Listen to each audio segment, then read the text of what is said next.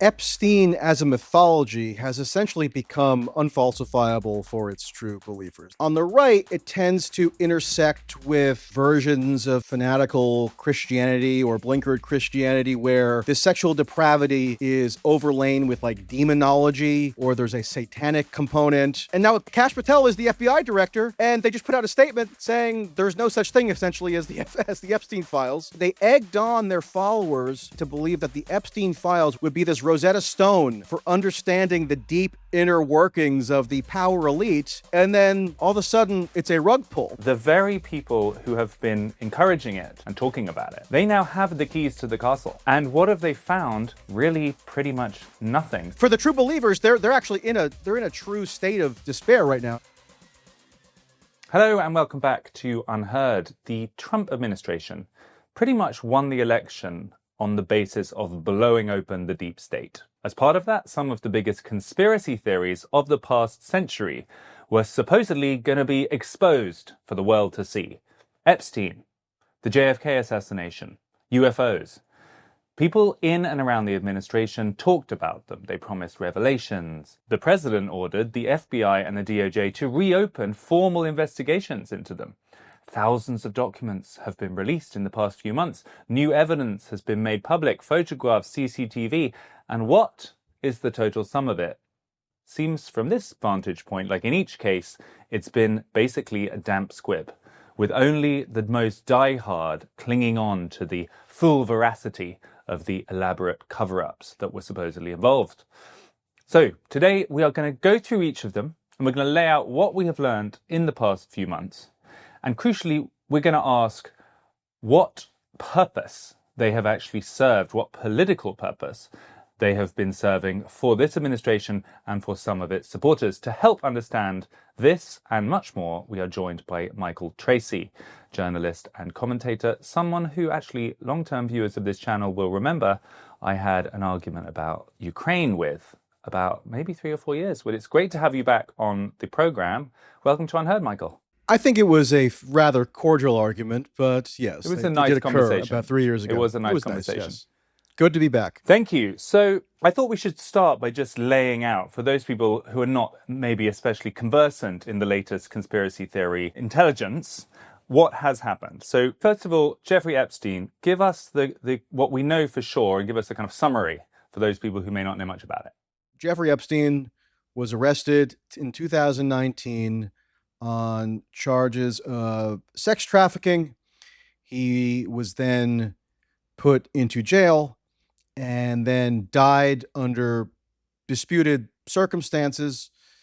The government's official account has always been that Epstein killed himself, but of course, that explanation has not always totally satisfied the many legions of observers who have followed rather furiously this issue over the years. His associate, Ghislaine Maxwell, was then subsequently charged sort of as a proxy or even a scapegoat for Epstein once Epstein died, and the huge prosecutorial resources that had been invested into bringing him to trial were essentially squandered. Her defense attorneys have always insisted that she was essentially scapegoated for actions that did not have that much to do with her. That's their argument anyway. And she was convicted of sex trafficking conspiracy, it being a two-person conspiracy according to the official charging documents or the official verdict that was rendered, her and Epstein being the two parties to this conspiracy to traffic minors, meaning teenage girls below the age of consent, for essentially the gratification of Epstein, who confessed to having a perverse fetish or a pathological fixation on underage girls. Right. So what everyone will accept about this case is that it was unpleasant. It showed, first of all, how different the mores and kind of bounds of acceptability were in earlier decades, but it went far beyond that. It was a case of sexual violence, and it went along with a lot of powerful people who were in his circle, and therefore it was perfect grounds for a more elaborate conspiracy. The charges, as I understand them specifically, are that, first of all, it was a government-backed, somehow, sex trafficking ring, or somehow the government was kind of complicit in it. His death was not a suicide. He was taken out, he was murdered, and there's been all sorts of candidates who might have been responsible for that. And crucially, there is this client list, this secret client list, which establishes all sorts of super powerful people connected to the government who were complicit and involved in his crimes. And that is why he somehow didn't get the worst kind of prosecution. That roughly is the conspiracy. And in the past week, we've had further results from this investigation, this formal investigation by the Department of Justice and the FBI, reopened at the request of the president into whether there's any truth in this. What have the results been? It's not clear how official the reopened investigation really was. It might have just been some PR window dressing. Like, we don't know the full extent of whatever quote unquote investigation was actually undertaken. We just know that there was a clamor, particularly within elements of the Republican quote unquote base, namely people who are especially active on social media, who have demanded transparency as to whatever records or Epstein files the government may still have in its possession. And the idea is that these files had been demonically covered up by both the prior Biden administration, and it would have to follow the tail end of the first Trump administration, with the idea being that the attorney general at the time that Epstein died in custody, Bill Barr, was himself implicated in the wider conspiracy because of claims having to do with his father and Barr's early career in the CIA and so forth. It gets a little bit unwieldy, but then by the time Biden comes in, the assumption on the part of these more right-leaning social media influencers or personalities or commenters is that, of course, Democrats are just going to be instinctively invested into covering up a sprawling pedophilic sex ring and blackmail operation because it implicates them and their donors and what have you. And so the idea is that when Trump comes in for his second term, he's unshackled. He's installed his trusted confidants who are finally going to be equipped to tenaciously take on the reviled deep state. People like Kash Patel, who's now the FBI director, Dan Bongino, who's the deputy FBI director, Pam Bondi, the attorney general. These people are going to turn over a new leaf and really going to stick it to the deep state this time, which meant they were going to insist that these long-awaited Epstein files would be finally revealed to the public. Now, it's never been exactly clear what people are even referring to when they refer to the Epstein files. There was an infamous episode early on in the Trump administration, I believe it was around February, where the White House invited a bunch of MAGA influencers to come to the White House, and they were presented by Pam Bondi, the Attorney General, with an Epstein binder, like a souvenir binder for each of them. There were like 8 or so. And then they exited the White House, and there happened to be some photographers gathered because Keir Starmer was coming in or out that day, and they were photographed waving triumphantly their binders around. So the idea was that, oh, look, this could be the much anticipated Epstein files finally revealed, finally uncovered and disseminated to some of the most trusted media icons of the MAGA movement. And it turned out essentially to be a farce. Even the people who were participants admit that they were effectively duped by being given this binder full of information that was essentially already in the public record. Right. So this was 100-odd pages. It included flight logs from Ghislaine Maxwell's trial, a redacted contact book listing names and numbers, a masseuse list, a 3-page evidence list. It was kind of props almost, which, of course, had only led to more elaborate conspiracies that, of course, they didn't release the good stuff because they were holding that back. And then just to get people a little bit more up to date, in this past week, there has been definitive statements by the DOJ and FBI saying, first of all, no such client list exists, or at least no incriminating list, as they called it, exists, or at least that they could find. And further, they've re-reviewed all of the evidence around Epstein's death in custody, and they have confirmed from a CCTV camera outside his cell that no one came in or out during the time before, during, or after the medical experts decided he had killed himself. So in most people's eyes, that's pretty important evidence that no one was going in and out, or no one was actually responsible for murdering him. But once again, the conspiracy theorists are not satisfied because apparently the CCTV footage is inadequate. There is a particular angle that someone could have come in and out without being visible on the frame. What else have you heard? My basic thesis on this whole story is that Epstein as a mythology has essentially become unfalsifiable for its true believers. That's a hallmark of most conspiracy theories or even religious doctrines. They are not susceptible to traditional modes of empirical reasoning or falsification in, the Karl Popper sense, if we want to get a little bit pretentious. Happy to do that. And so, okay, yeah, I excel at that. No countervailing evidence that the FBI could have ever produced would be seen as satisfactory to this hardcore of true believers who have been emotionally, politically, psychically invested in the absolute truth of this Epstein mythological narrative now for a number of years. And when I say mythological narrative, I want to pointedly distinguish the mythological sort of component of all this from what is factually established. As I sort of laid out in the intro, yes, there was a trial of Ghislaine Maxwell. There are certain basically undisputed facts about Epstein procuring underage girls and Maxwell enabling that procurement to Epstein of underage girls. And Epstein did consort with a wide variety of powerful people in the political domain, in the academic domains, business, etc. So that's not really in dispute.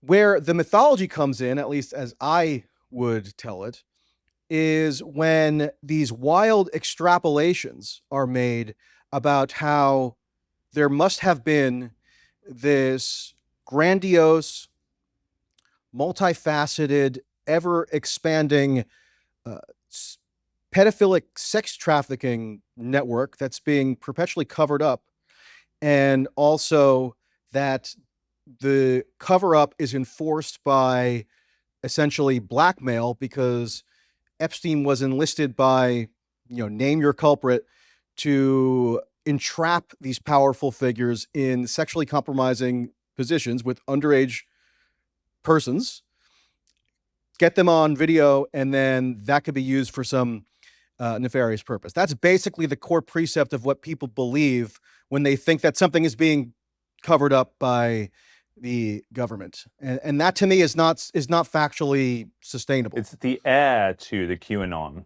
conspiracy in Yes. the sense of that was all about Pizzagate, and it was supposedly these basements where terrible sexual acts of depravity on innocent minors were taking place, and senior government people were involved. It's sort of the later version of that. Well, it does borrow from the QAnon phenomenon, which characterized what these people generally believed during the first administration of Trump. I will say that there is a little bit more of a factual basis for the Epstein mythology than there was for the QAnon mythology, which was basically just a fabricated sort of trolling operation. Epstein was a real person. He was known to be somebody who was involved in illicit activities even before Trump ran for president. So that's a little bit more of a valid sort of foundation. However, both narratives or both phenomena are united in, as you sort of allude to, this sort of primal need to ascribe depraved sexual behavior to the ruling elite of the country, and then have that be the explanation, the fundamental explanation for how power is distributed in society. Right. There's a particular, and this has different manifestations on the left and the right. On the right, it tends to intersect with versions of sort of fanatical Christianity or blinkered Christianity, where this sexual depravity is overlain with like demonology, or there's a satanic component, or it's connected to basically these, devious secularists and whatnot who are also looking to somehow stamp out traditional mores and Christian values. On the left, it's a little bit of a different manifestation. I would say maybe it's slightly more, I don't know, materialist, or it's slightly more wrapped up with like a class resentment, Right. Well, you get into the financial elites, you get a little dusting of anti-Semitism, perhaps Perhaps a little involved dusting, in that. a light dusting. This has always been true, we should say. There's often been these bouts of conspiracy over different decades, and we'll come, I think, after this to the JFK ideas about the nature of his assassination, which also go back decades.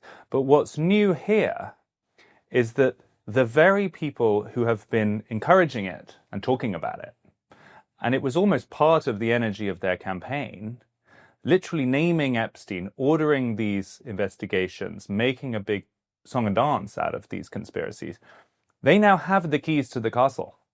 They are in charge. They have the key to the secret cupboard containing all of the documents. And in some cases, they are literally heading up the agencies that have been accused of so much, in all of the cases, in fact. And what have they found? Really pretty much nothing. So it's an enormous moment of revelation, or it should be, for people who believe the world is structured like that, because this is the grand finale. It's the moment of revelation, and nothing's happened. You would hope there would be some reflection along those lines, but I'm not holding my breath for it because, like I said, it fundamentally is an unfalsifiable belief. So any information which would seem to controvert the core belief can simply be repurposed into further validation of that belief. But anyway, what is really novel about this latest instantiation of this long-standing phenomenon, which maybe has roots going back, I don't know, to the dawn of humankind or something, is that the Republican Party in particular, which won in 2024 fairly resoundingly under Trump, has figured out a way pretty ingeniously to leverage these habits of mind around conspiracism, like online conspiracism, as a salient political tool. So you probably recall that Trump made a point to come up with a new media strategy whereby he was focusing more on alternative media than had ever been the case before for a major party nominee. He was on all these podcasts that have a certain kind of putatively anti-establishment ethos that are sort of conspiracy curious, like a Joe Rogan or a Theo Vaughn, and like many offshoots that are of a similar sensibility. Joe Rogan's podcast sort of came to being with his somewhat idiosyncratic interest in, like, number one, psychedelic drugs, number two, UFC, and number three, conspiracy theories. So like you can go back to 2009 or 10, and there's like, you can sit for 3 hours listening to a podcast on the moon landing potentially not being real, or ancient pyramids not being what we thought, or like the lost civilization of Atlantis or whatever. And so that forms part of the ethos.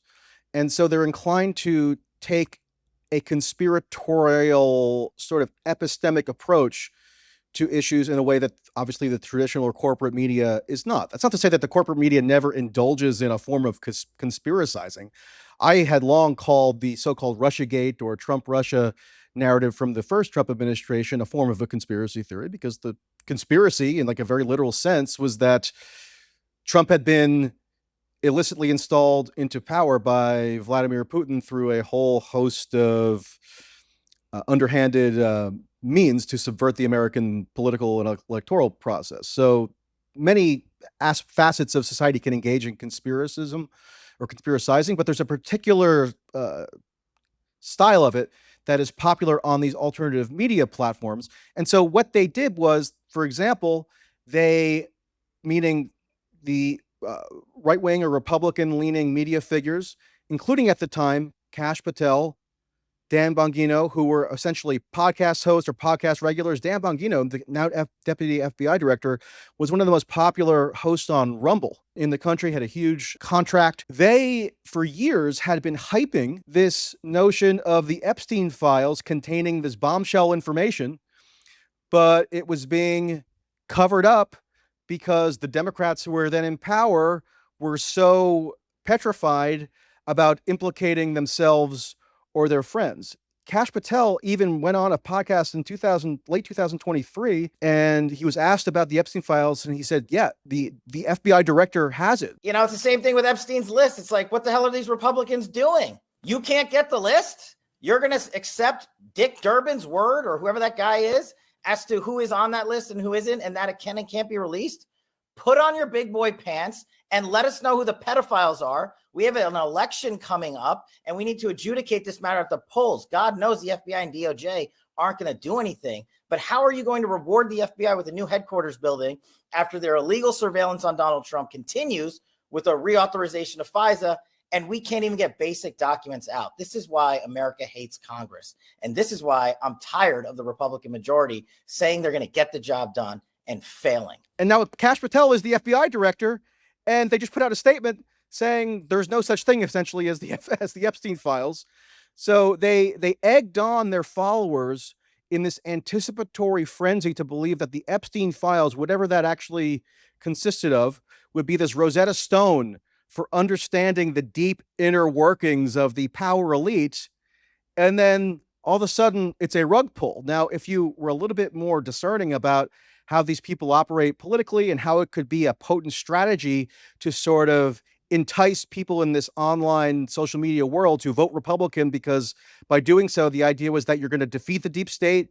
You're going to install these trailblazers to root out the bad actors within the deep state. And we're going to get all these major revelations that had been hidden for so long. You could see that appealing to like a little bit more apolitical or hazily ideological people who consume these podcasts or who exist on social media. But for the true believers, they're actually in a true state of despair right now, as far as I can tell. I guess one question is, was it a cynical fanning of the flames by people who knew these things were not true?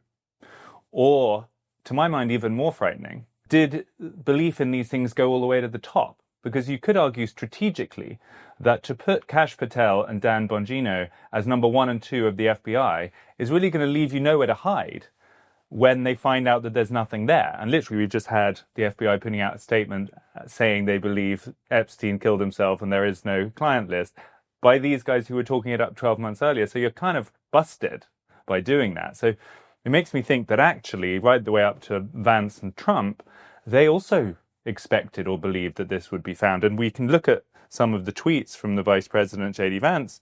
Here's one during the Biden administration. What possible interest would the US government have in keeping Epstein's clients secret?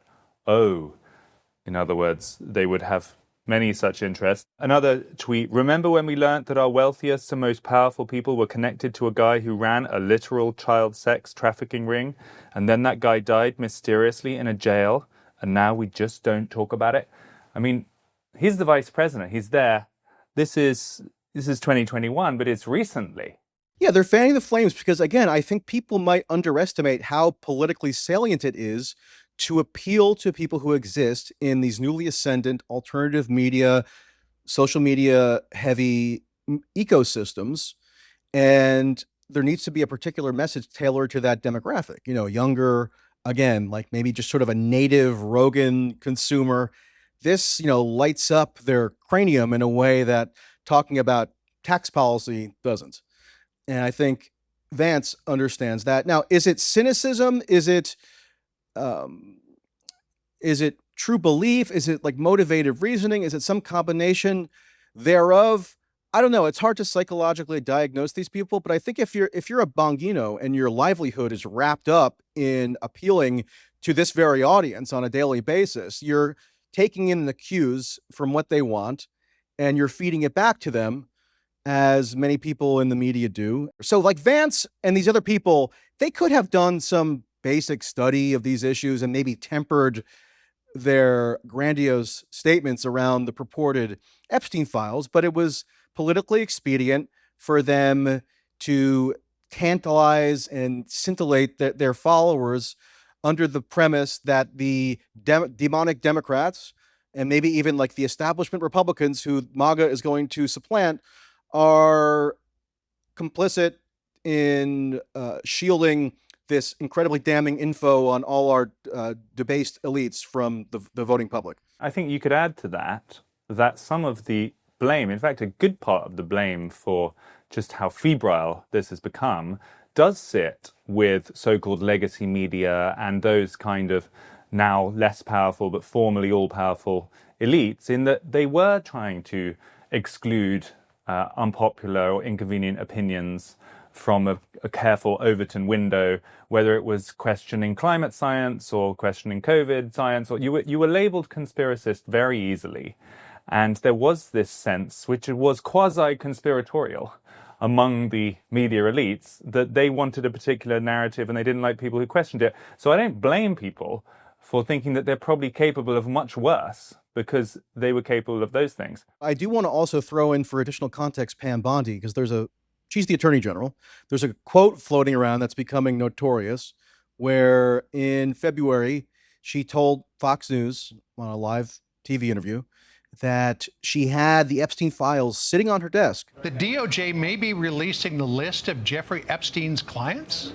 Will that really happen? It's sitting on my desk right now to review.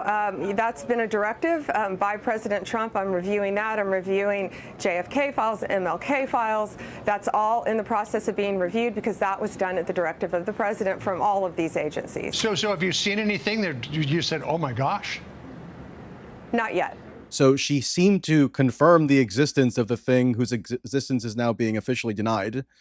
It could be just some imprecision in how she was talking about it, or like what files in particular was she referring to. Like even people who claim that they desperately want these hidden Epstein files, I find don't often know exactly what they're even referring to, which is part of the problem. But in that moment, clearly she perceived an incentive to throw out red meat for the right-wing social media id, and the Epstein files saga was definitely at the core of the right-wing social media id.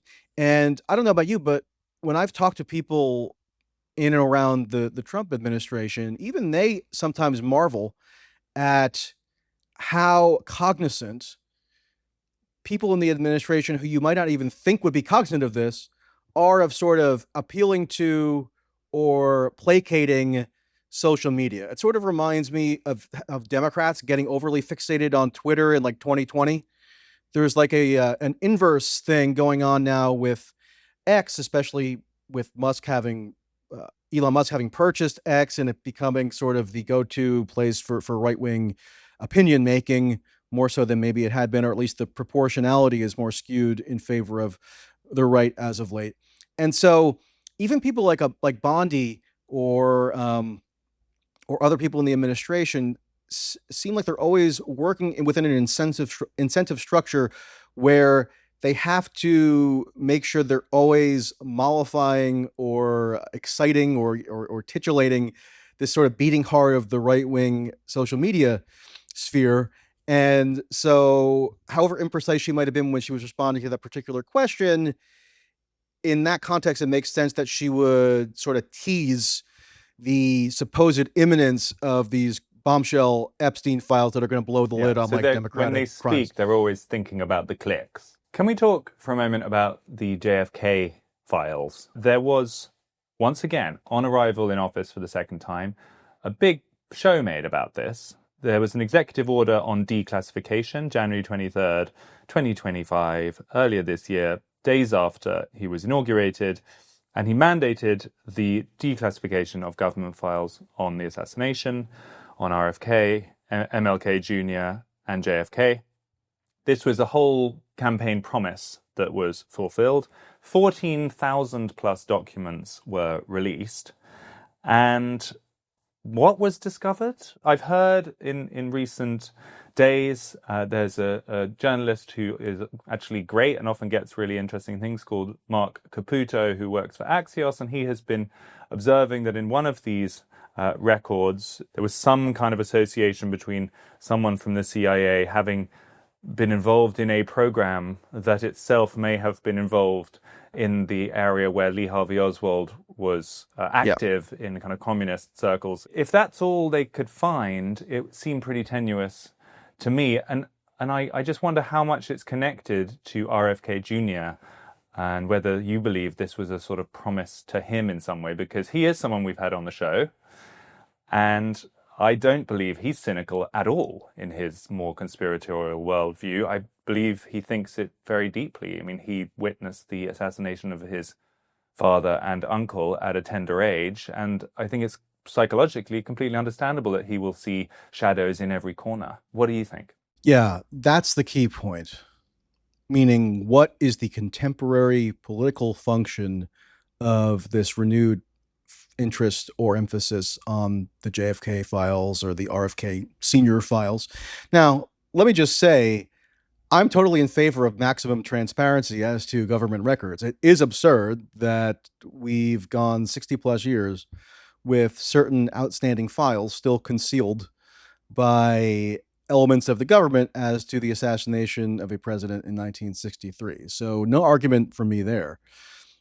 But the outsized, I'll use the word again, sort of mythological significance ascribed to these outstanding files does stem from the role that RFK Jr. played largely in the 2024 campaign, which was very unique and connects to the theme that I was trying to articulate before, which is the increasing utilization of these alt media conspiracy leaning, I'm not even using that term pejoratively really, elements of the media ecosystem and the factions of the voting demographic that consume information based on those media outlets. I mean, RFK Jr. seemed to spend most of his time when he was running his ostensibly independent or previously Democratic primary campaign going from podcast to podcast. He, because of his family lineage, did something that was very unique. And I wrote about this at the time last year. The mythology around the Kennedy dynasty, if you go back a few decades, was concentrated principally among like nostalgic liberals who had these fanciful notions of Camelot. That was the Kennedy splendor and grandeur, right? And the martyred heroes of the Kennedy dynasty. RFK Jr. did something different. He sort of repurposed or remade the Kennedy dynasty as a component of this crusade that he was wanting to wage against the deep state. Like somehow the Kennedys became anti-establishment heroes. And RFK Jr. did that in part by invoking the legacy of his father and uncle's assassinations. Like there's still unfinished work to be done to ferret out these bad deep state actors who are still not telling us the truth about what happened in the 60s and not telling us the truth about a whole variety of other problems that are being systematically covered up and lied about. RFK Jr. was then able to integrate that sensibility into the Trump campaign when he endorsed Trump and became essentially a Republican functionary or a Trump campaign surrogate. And I think it was very effective. I mean, it did appeal to a certain swath of the electorate that otherwise would not necessarily be amenable to appeals by other sources. It gave a certain kind of respectability or elite luster to the deep state way of seeing government. Instead of Make America Great Again being this brash Donald Trump thing and you were going to go back God knows how long, you were really going back to the Kennedy era, which was the good times. Yeah, you know, it's sort of like a mishmash. It wasn't particularly coherent, but a lot of people liked it. It was more about how his version of a crusade against the deep state and avenging his father and uncle got operationalized as a plank of the Republican presidential platform in the form of Donald Trump. And Trump would even give speeches where he would praise the legacy of JFK and say that we're going to do the unfinished business. I don't think he spoke in that sort of flowery of language, but he attempted to make those appeals to elevate RFK Jr. within his coalition. And a lot of what RFK Jr. said along these lines, I thought was fairly preposterous. Like there was when he spoke at the Madison Square Garden rally, like a week or so before the election, he said stuff like, Donald Trump is going to dismantle the warfare state, when Donald Trump is going to bring peace to the world. Tulsi Gabbard also would say things along these lines. They became the two sort of figureheads of this anti-establishment sensibility that then got sort of assimilated into the Trump operation. And, they would say things like, Trump is not going to start any wars. He's going to end all wars. Well, I mean, he started a war with Iran, essentially, but we don't have to necessarily go down that tangent. Maybe we should come on to that, because I think it is deeply relevant. And when we had RFK Jr. on, he was certainly talking a lot about that. And he gave, I think, a coherent, even if you might think kind of misguided narrative of how he was actually a Kennedy liberal. And, he would point to things like how free speech was considered a normal and people weren't being censored. He would immediately want to talk about wars. And in his view, his uncle, JFK, had a more peaceably minded view of the world. And he would point to the Cuban Missile Crisis as a successful war averted. I mean, you could definitely argue about that. Could have gone either way. But his view was that the kind of intervening neocon years and the Bushes and Iraq and everything else was a sort of perversion of how the liberals should view the world, and he wants to restore it. So I do think the narrative around war, and this maybe gets closer to your own views, is a kind of, it's where the ideas about the deep state and the so-called military-industrial complex converge. But the shallowness of his rhetoric there became painfully evident when he tried to graft it all onto Donald Trump. I thought it was painfully evident even when he was running as an independent candidate. Frankly, this whole self-serving mythology, again, I guess that's my trope for the day, around his family legacy, I thought was farcical. Like his uncle John F. Kennedy was supposedly this saint, and he was defying the Cold War militarists and whatnot. I mean, please, anybody just has to do a basic study of John F. Kennedy's record on the Vietnam War. He was a hardcore militarist. In 1960, Richard Nixon, who was running against him that year, actually warned credibly that John F. Kennedy was so hyper-militaristic that he was liable to bring about World War III over Cuba. And Nixon was right. John F. Kennedy nearly did bring about World War III or nuclear apocalypse because he was so fanatically fixated on imposing regime change in Cuba. He came into office and launched a failed regime change war in Cuba. So, I mean, I've never really understood this idea that John F. Kennedy deserves our hosannas as a peacemaker, because he essentially instigated like the closest thing the world has ever come to a nuclear apocalypse, but managed to avert it at the last second with some luck and with a little bit of like backroom negotiation. Like, I'm not sure why that would redound to his credit. Nor would instituting the largest peacetime military buildup since World War II in relation to the Berlin crisis of 1961. He expanded the draft. He actually drastically expanded the funding and powers of the CIA, even though RFK Jr. and his cohort love to present JFK as some kind of diehard nemesis of the intelligence services, because they try to, blame the CIA essentially for his assassination. So it's a whole sort of morass, I think, of self-serving, slanted analysis that, again, was operationalized brilliantly from a political perspective in 2024 by RFK Jr., because he painted this sort of superficial picture of himself and his family lineage and then imbued it onto Trump and thereby expanded Trump's coalition. But really? Trump's going to dismantle the warfare state? Trump has always been in favor of record-busting military budgets. And indeed, he's spent the past several months bragging that he's inaugurating the first $1 trillion+ military budgets in his second term, just like he expanded the military budget in his first term. He, RFK Jr. claimed that, his big point of agreement with Trump was that they are both committed to ending the Ukraine war. Well, what was Trump's plan to end the Ukraine war? It was just to repeat over and over again that it never would have happened if he was president, and he would end it in 24 hours. Subsequently, Trump claimed that he was actually sarcastic when he repeated that pledge over and over again.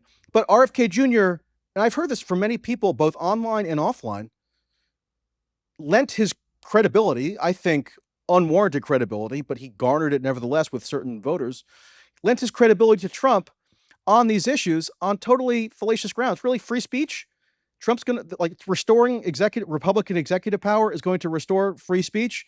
I'm pretty sure you have covered on this show, Freddie, that the Trump administration has been on a huge tirade or a huge offensive to crack down on speech that's critical of Israel, using powers that are constitutionally questionable at best. So, but RFK Jr., just to connect this back to the JFK files, one way that he imparted these sort of anti-establishment sort of sensibilities onto Trump was to also distill it into a concrete pledge and have Trump repeat it, which is that if he gets back into office, he's going to release these long-awaited JFK files. And he did release them, or, Tulsi Gabbard was charged with conducting some sort of review, and a large tranche of files were released. There's questions over whether they have been entirely released, but a large tranche were released, just as they had incrementally ever since the early 90s, when Congress passed a law after the JFK movie came out, directed by Oliver Stone, to expedite the release of these files that had been, stuck in corridors and the federal bureaucracy for so long. They were released without much of a systematic sort of process for examining them. And it was strange, when they were first released, everybody was like, oh, wow, 63 years in the making, or however long it is, this is amazing. And within, 24, 48 hours, it just kind of disappeared. There are some hardcore JFK sort of historians or journalists who specialize in this issue. One is Jefferson Morley. I don't know if you're aware of him, who I don't agree with on everything in terms of his interpretation of JFK, but he is a very scrupulous chronicler of all things JFK assassination, and he has some interesting insights that he's been able to suss out. But it really didn't have the kind of impact that you would have thought, given the excitement that was ginned up around how amazing and historic it would be to finally release these files after all this time. I just want to come back to this idea about war, if I may, because I feel like if I were to find grounds to accuse you, Michael Tracey, of conspiracy adjacent thinking, this would probably be where I would go. Because I think those people who are very much on the kind of peacenik side of these foreign policy questions sometimes get quite seduced by the idea that the Israel lobby, in combination with the military-industrial complex, acting in a bad faith and nefarious way through all sorts of secret and dark channels, are basically prosecuting forever wars, and the hapless governments that come and go are all basically at their mercy. That is one way of summarizing it. Is that a conspiracy, and do you believe it? Well, all due respect to John Mearsheimer, who I know is a regular guest on this program, I did read his Israel lobby book from, I think, 2007. So I read it many years ago. And I think it does contain a useful synopsis of how a certain constellation of advocacy groups operate in the American political system to advance pro-Israel interests. However, I think I would probably have grounds to contest your very offensive and insulting imputation to me of conspiratorial thinking, because especially as of late, I've had a little bit of a different twist on this increasingly commonplace belief that the Israeli lobby is 100% dispositive as to what the U.S. government is going to do in any foreign policy situation. I think that's overstated. So I would probably quibble or disagree with Mearsheimer to some degree, in that Trump, and I tried to make this case at the time throughout the 2024 campaign, and few wanted to hear it. Trump really did campaign on the most aggressively pro-Israel platform of any major party nominee ever, as evidenced in part by the fact that at the time, Joe Biden and Kamala Harris were supplying more armaments and giving more military support to Israel than any presidential administration ever. And yet Trump, nonetheless, would routinely denounce Biden and Harris for betraying Israel or being somehow too kind to anti-Semites or harboring Hamas or all these wild claims that really did not have any bearing in reality in terms of what the Biden-Harris record was on Israel. But Trump pledged to be even more profligate in terms of his support for Israel. And sure enough, he got into office. He expedited heavy munitions that had been tentatively paused by the Biden administration to Israel. He instituted this ceasefire in Gaza that was essentially designed to eventually be violated by Israel within about 6 weeks, which they did, and then resumed their bombardment of Gaza. They jointly launched this sort of facade of negotiations with Iran under this compressed, arbitrary 60-day timeline that Trump declared, where the JCPOA, or the Iran nuclear deal from the Obama era, took 2 or more years to painstakingly negotiate in a multilateral format with Russia, China, UK, France, Germany, etc. This was supposed to be a bilateral, compressed, rushed timeline that Trump just sort of unilaterally decreed.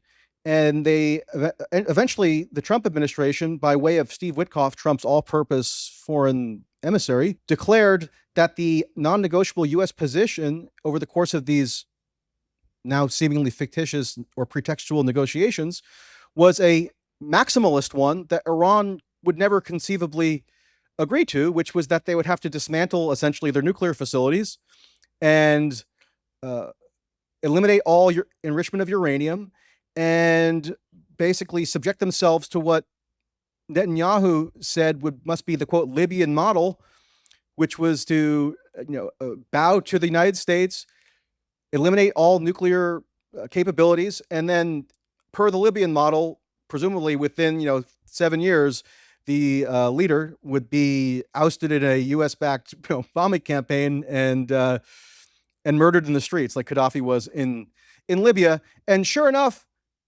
this set the groundwork for something that Israel and Netanyahu in particular have been desperate to do for, as you know, 25 or 30 years, which is bomb Iran's nuclear facilities with U.S. backing. And then the cherry on top is Trump, for the first time in U.S. in history, not just backs Israel by supplying munitions or intelligence coordination or marshaling U.S. naval and land assets in the region in a defensive posture to support Israel, but actually actively joins the bombing campaign. It's never been done before in U.S. history. What I would love us to try to do is to bring this together, which is kind of ambitious given how disparate our conversation has been. But I wonder what you think of this as a concept, that attaching to conspiracy theories in the way that the Trump movement did is actually very common to populist movements. And the comparison or the read across there is that there's a sort of simplicity to them, where the existing elites are bad people up to no good, and they're all in it together. We, the incoming populist savior, are outsiders, and what we're going to do is, instead of joining the technocracy and making boring policy arguments and winning individual cases, we are going to kick them all out, and we're going to replace them with our people, the good people. That is pretty much the standard rhetoric of populist movements. We've got a lot of them in Europe as well. And so they fit very nicely with conspiracy theories, whether they are JFK or Epstein or even some of these war-related ones we've talked about. What do you think of that as a idea? And actually, really, the lesson of all of this is a deeper one, which is common to every time the populist wins, which is that they always disappoint. Because when you get in there and you're in the Oval Office or you're in government, it's kind of more heterodox and more confusing, and you've got to make decisions that are going to upset different people, and it's less obvious from the inside, which is what every technocrat wants you to believe. But like, there is an element of that going on, isn't there? The populist arrives, gets inside the office, and everybody's disappointed because they can't find the evidence, the conspiracy theories, they can't find the easy solutions, and they just mired in disappointing everyone like governments always do. Well, first, I feel obliged to note that there are certain conspiracy theories that emanate from the fringes of society, or the sort of underworld, or the outer limits of acceptable discourse. And as we discussed before, the Trump 2024 campaign in particular innovated by its ability to marshal those sorts of conspiracy theories or conspiracist thinking for its own political advantage. But historically, before social media and alternative media became so prominent, there were also conspiracy theories that emanated from the center and that thus were denied to even constitute conspiracy theories. So a perfect example is the claim that Saddam Hussein was harboring Al-Qaeda. That was brought to us by Jeffrey Goldberg, then at the New Yorker magazine, now the editor of The Atlantic. Dick Cheney would go around citing Goldberg's article on Meet the Press and other flagship television shows to make his case for the Iraq War. And it was essentially a conspiracy theory, and it caused the public to believe by supermajority percentages that Iraq was behind the 9/11 attacks. And obviously that created fodder or a fertile ground for the Bush administration to subsequently invade Iraq, with the idea being that it was vaguely in retribution for 9/11 based on what popular opinion had congealed around. So that stuff doesn't get called a conspiracy theory for the most part. I know you've talked about this issue on the show, but I just don't want people to think that, we're just snidely kind of denigrating conspiracy theorists like recreationally or for the heck of it. Yes, I think it maybe is the case that certain politicians of a populist slant are more disposed to indulge or traffic in a certain kind of conspiracy that we would more associate with the quote fringes. I think Trump really is sort of sui generis. Like, I don't even necessarily think that he fits comfortably into a populist conception.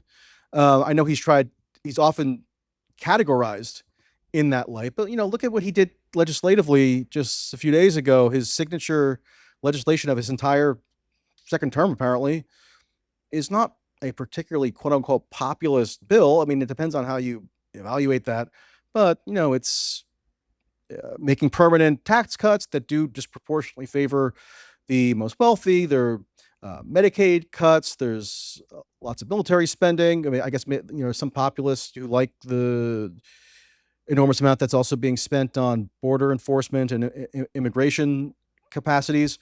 But it's sort of like a mixed bag. I think Trump, even if his policy record does not necessarily comport with what we might conceive of as a populist approach to governance, his rhetorical style has always been what you might call populist in nature. Like in the 2016 presidential campaign, in the Republican primaries, he would go on all these sort of like out of left field outlets. He did an interview on Alex Jones's show in like December of 2015, I think, when that was basically unheard of, even for the most adventurous Republican. Trump would do that because he would sort of try to summon the energy of these non-mainstream sort of media outlets or media tendencies, I guess you could say. He revolutionized political communication with his early use of Twitter. I mean, he could command an entire news cycle with a tweet because it was clearly in his own idiosyncratic vernacular. He has this public communication style that is probably more populist in nature. In past presidents will do like these folksy sort of sayings or quips or whatnot, but with Trump, it's just a little bit different because he's a consummate entertainer. So I think in that sense, Trump is willing to, be a pundit and just say, oh yeah, I mean, sure, why not? The Epstein files, like maybe we'll do that, or we'll do JFK, whatever, you're great. You're highly respected, so I will look into the Epstein files and we'll see what happens. Like, he'll just muse about that sort of stuff. I think it therefore can rile up populist expectations about his behavior in office that are much more about his idiosyncratic communication style than it is what he actually does in terms of governance. Like, he just announced yesterday that he's essentially doubling down on arming Ukraine. I mean, I think a lot of people on the alternate media sort of podcast circuit probably would have been surprised by that if you told them in October of 2024 that that's what he would do, right? Michael Tracey, we're going to have to leave it there. I'm sure we could talk about a lot more things. A pleasure to have you back on the show, and thanks for sharing your time with us today. Yes, enjoyed it. Thanks, Freddie. That was Michael Tracey, journalist and commentator, talking with me about the different conspiracy theories that have been involved and kind of woven into the Trump movement over the years. And now that some of them seem to be reaching kind of a disappointing conclusion, what lessons will people in that movement take, if any? Maybe you will find this completely unacceptable, implausible, condescending, outrageous, and glossing over the truth of these conspiracy theories, in which case I'm pretty sure you'll let me know in the comments. Either way, thank you to Michael Tracey, and thanks to you for tuning in. This was UnHerd.